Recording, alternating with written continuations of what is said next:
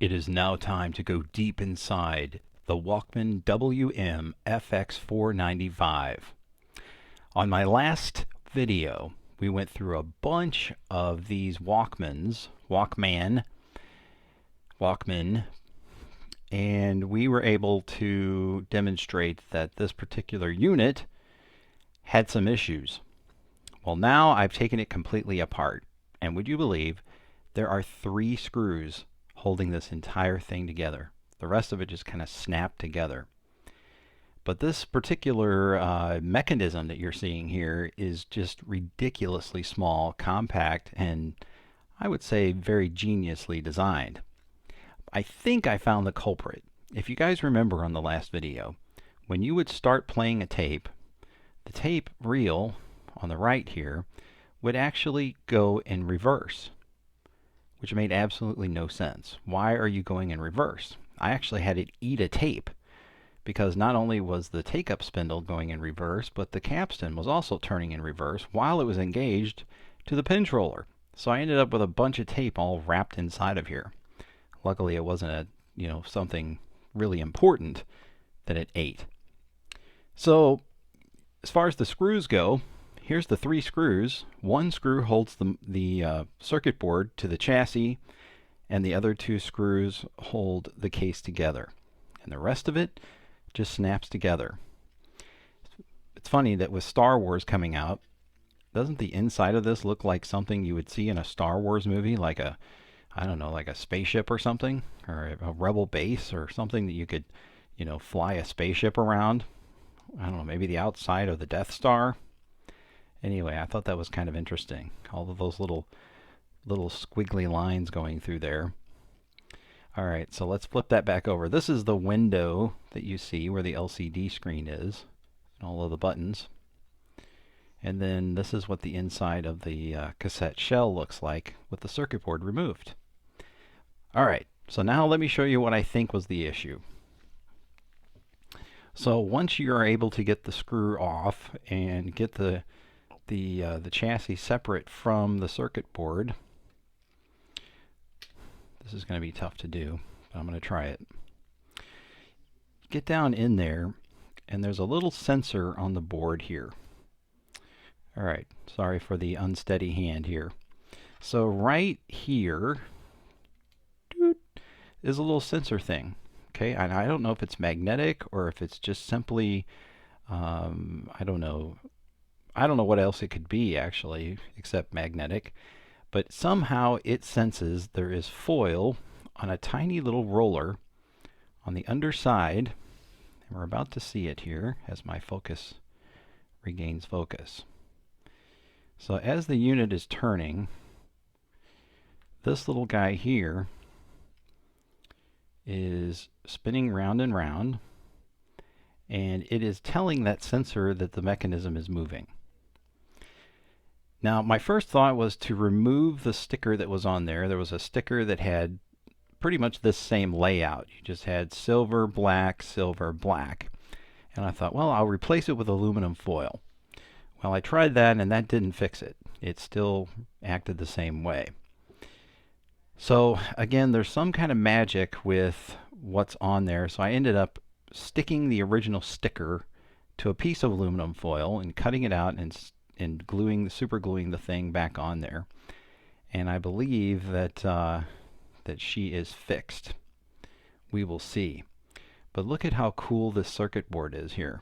So there's our LCD display, and all of the little buttons here that you hit from the front are these little yellow pod looking things all the way throughout there. There is one capacitor on this board, and you can see it right there. It's a 220 UF capacitor. If it'll focus, there it goes. All right, there's one belt in there, and I didn't see anything wrong with the belt. In fact, I replaced the belt just to see if that would make any difference, and it didn't. But you can see with this mechanism in here, there's this this motor in here is a really thin motor, almost like a motor out of a VCR or something. I mean, look at that. It's got 4 wires coming out, but look at how thin it is. I mean, you would think that it would go on for miles underneath here, like down to here where my finger is, but no, it's all just that right there. So there's all of the gears involved in driving this thing.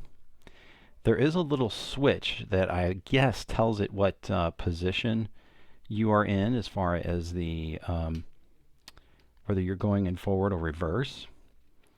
We'll see if I can get this back together and demonstrate that for you. So there you see it right there. There's a little gripper that comes out. You can see it on both sides there. Come on, focus, focus. So there's the grippers are here and here, and then the actual switch is this black piece here. So as you change sides, you'll see that switch move to different positions there across the board here. So it goes from here all the way over to here. Okay, so it works in between here. And this is where the screw goes that we took out that attaches the circuit board to the chassis here. Goes right there. So let's see if I can demonstrate this.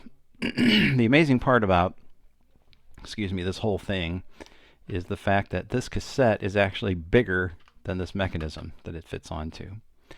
So in order to trick it out, to think that there's a tape in it, you flip this little metal piece right here. So we're going to flip that forward like that. And then it works off of one AA battery. So let's go ahead and stick a AA battery in right here. So you can see that there. All right, very carefully turn it back over. Oh yeah, I've got to be able to hit the play button. Well, the play button is all the way over here onto the top. You can see the LCD screen is now lit up. So I'm going to go ahead and hit play, and we'll see if she continues to work. And I think I just knocked the battery off. Let's try it again. Well, I hear the motor turning. Here, let me see if I can fix it and then I'll come back. Alright guys, so I got it going again, as you see here. And the unit is operating just fine. And I had another thought about that particular sensor in there. It's quite possible that this thing is an optical sensor. And the reason I say that is because at some point I had my little light on here, my little desk lamp, and I turned it over sideways and it caused it to switch channels, or actually switch sides. All I did was flip it over, and it probably isn't going to do it for me again, but yeah, it was kind of weird. I was just holding it up like I was going to show you guys with the camera, and it went beep and it switched sides. Turned the light off and it quit. So apparently our little sensor in there is in fact an optical one. So here it is. You are up close and personal with this particular Walkman. Oh, there it goes. Just automatically switched. So it must have got a little, there it goes, switching again. It must have got a glimpse of that light in there and that little sensor, which it makes sense because there's little reflective things on there that are going around. So apparently there's a little light shining on it, telling it that it's giving it a signal that things are in motion. For example, if the tape ends and I hold one of these down. Oops, wrong one. Here, let's stop this one. Looky there. It flips over and plays the other side. I'll show you again. So we'll hold the tape.